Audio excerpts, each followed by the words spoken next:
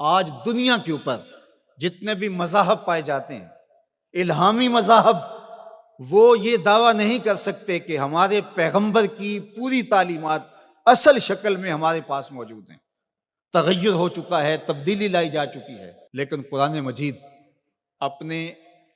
اصل الفاظ کے ساتھ زیر و زبر کے تبدل کے بغیر صدیاں گزرنے کے بعد آج بھی اسی طرح موجود ہے۔ تو ان روشنیوں کے ہوتے ہوئے، ان اجالوں کے ہوتے ہوئے اگر ہم اندھیروں میں رہیں تو پھر ہمیں ان حالتوں کے اندر ڈال دیا جائے گا آج جس حالت کے اندر ہم موجود ہیں۔ اگر کسی کے پاس ہدایت کا نصاب موجود نہ ہو اور وہ بھٹک جائے تو اس کے بھٹکنے کا تو پھر بھی جواز ہوتا ہے کہ ان کے پاس کچھ تھا نہیں، ہادی نہیں تھا، راہبر نہیں تھا، اندھیرا تھا، چراغاں نہیں تھا، تو بھٹک گئے۔ ایک نابینا کسی کنویں میں گر جائے تو لوگ اس کو نکالنے کی کوشش کرتے ہیں، اس کو کوستے نہیں ہیں، لیکن ایک انکھیارا کسی کنویں میں گر جائے، کسی گڑھے میں گر جائے تو لوگ اسے نکالنے کی بھی کوشش کرتے ہیں، اسے کوستے بھی ہیں۔ تیری آنکھیں نہیں تھی، تجھے اللہ نے چراغاں نہیں دیا تھا، تو پھر بھی گرا ہے۔ یار اگر کوئی اور گمراہ ہو جاتا ہے، اندھیروں میں بھٹک جاتا ہے، تو اس کی بات نہیں ہے حضور کا غلام ہو اندھیروں میں چلا جائے، اس لیے کہ تمہارے پاس قرآن موجود ہے، تمہارے پاس ہدایت کا چراغاں موجود ہے۔ اس کتاب کے ہوتے ہوئے تم کس طرح اندھیرے میں ڈوب سکتے ہو، کس طرح ظلمتوں کے سوداگر بن سکتے ہو، کس طرح تم فرقہ فرقہ ہو سکتے ہو، کس طرح تم تشدد اور تفریق کا شکار ہو سکتے ہو، کس طرح تم گروہ بندی کا شکار ہو سکتے ہو جب تمہارے پاس اللہ کی کتاب موجود ہے۔ اس کتاب سے جڑنے والے ہدایت کی راہوں کے مسافر ہوتے ہیں۔ اقبال نے جب شکوے کی زبان کھولی تو لہجہ بہت تلخ ہو گیا۔ اقبال پھوٹ پھوٹ کے رو رہا ہے، اپنے رب سے شکایت کر رہا ہے۔ صفائے دہر سے باطل کو مٹایا ہم نے، نوع انسانی کو غلامی سے چھڑایا ہم نے، تیرے کعبے کو جبینوں سے بسایا ہم نے، تیرے قرآن کو سینوں سے لگایا ہم نے، پھر بھی ہم سے گلا ہے کہ وفادار نہیں، ہم وفادار نہیں، تو بھی تو دلدار نہیں۔ کہا کہ مالک ہم نے کیا کیا نہیں کیا، جنگوں کی مصیبتیں سہی، تکلیفوں سے گزرے، اذیتیں سہی، تیرے نام پہ تلوار اٹھائی،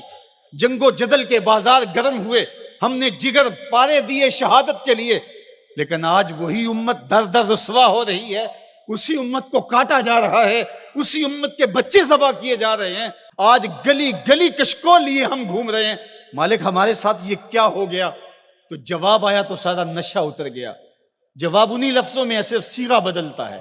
آواز آئی صفائے دہر سے، باطل کو مٹایا کس نے، نوع انسانی کو غلامی سے چھڑایا کس نے، میرے کعبے کو جبینوں سے بسایا کس نے، میرے قرآن کو سینوں سے لگایا کس نے، تھے تو آبا وہ تمہارے ہی مگر تم کیا ہو، ہاتھ پہ ہاتھ دھرے منتظر فردا ہو، ہر کوئی مست مئے ذوق تن آسانی ہے، تم مسلمان ہو یہ انداز مسلمانی ہے، حیدری فقر ہے نئے دولت عثمانی ہے، تم کو اسلاف سے کیا نسبت روحانی ہے، وہ معزز تھے زمانے میں مسلمان ہو کر، تم خار ہوئے تارک قرآن ہو کر، تمہاری پستی، ذلت، زبوحالی، نکبت، رسوائی کا سبب اس کتاب کے دامن کو چھوڑ دینا ہے۔ اتنی روشنیوں کے ہوتے ہوئے، اتنے اجالوں کے ہوتے ہوئے تم اگر در بدر بھٹک رہے ہو تو یہ تمہارا قصور ہے۔ یہ امت جن کو اللہ نے قرآن دیا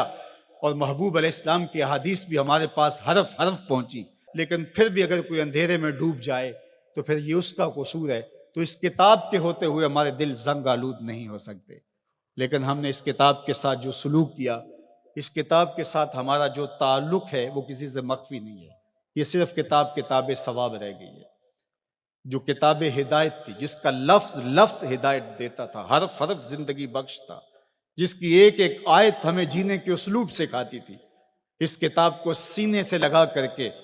اور اپنے پیغمبر کی راہوں پہ چل کے ہم پوری دنیا کو اصول و ضوابط دینے تھے اور ان کو جینے کے ڈھب سکھانے تھے۔ کنتم خیر امت اخرجت للناس، فرمایا کہ تمہیں تو لوگوں کے لیے ہم نے نکالا تھا، تم نے تو کائنات کی رہنمائی کرنی تھی، تم تو زمانے کی قیادت کرنی تھی، لیکن آج ہے رسوا زمانے میں کلاہ لالا رنگ، جو سراپا نازتے ہیں آج مجبور نیاز، رو رہے ہیں آج وہ دشت جنوں پرور جہاں، رقص میں لیلا رہی لیلا کے پروانے رہے،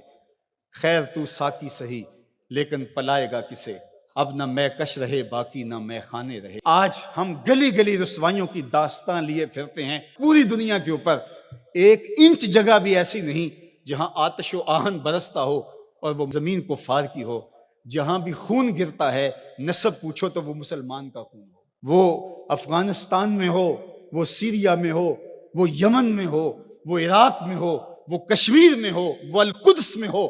جہاں بھی بہتا ہوا خون دکھائی دیتا ہے وہ اس امت مرحوم کا خون بہتا دکھائی دیتا ہے، اس لیے کہ ہم نے اس قرآن کو چھوڑ دیا۔ یہ ہمارے اعمال کی سزا ہے، بد اعمالیوں کی سزا ہے کہ آج دشمن کو ہمارے اوپر مسلط کر دیا گیا اور ہمیں رسوائی اور ذلت کے کار مذلت میں ڈال دیا گیا۔ لیکن افسوس یہ ہے کہ اس کے باوجود بھی ہم سنبھلنے کے لیے تیار نہیں ہیں۔